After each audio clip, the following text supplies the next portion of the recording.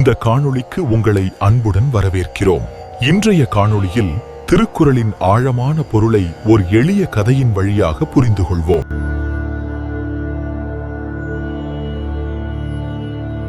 மனிதனின் வாழ்க்கையை ஐம்பொறிகள் வழிகடத்த முயல்கின்றன.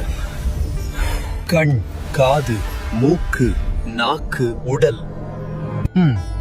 இவைகளின் வேட்கை மனதை அலைக்கழிக்கிறது. வேட்கையை பின்தொடர்ந்தால் திருப்தி கிடைப்பதில்லை. ஒரு இன்பம் முடிந்ததும் மற்றொன்று தொடங்குகிறது. ஆனால் இறைவன் ஐம்பொறிகளின் வேட்கையை அவித்தவன். அவன் பொய்யற்ற தூய ஒழுக்கத்தின் உருவம். அந்த இறைவனின் பொய்த்தீர்ந்த ஒழுக்க நெறியில் நின்ற மனிதன் வேட்கையை துறப்பீரான். அவனின் மனம் இப்போது நிலைத்திருக்கிறது. ஐம்பொறிகள் அவனை ஆளவில்லை. இப்படிப்பட்டவர்கள் வெறும் நீண்ட காலம் மட்டுமல்ல, நிலையான நல்ல வாழ்க்கையை வாழ்கிறார்கள்.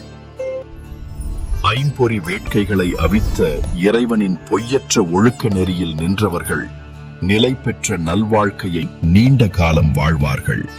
பொறிவாயில் ஐந்தவித்தான் பொய்தீர் ஒழுக்க நெறி நின்றார் நீடு வாழ்வார். இந்த காணொளியை பார்த்ததற்கு நன்றி. இந்த விளக்கம் உங்களுக்கு பயனுள்ளதாக இருந்தால் இந்த காணொளியை விரும்பி பகிருங்கள்.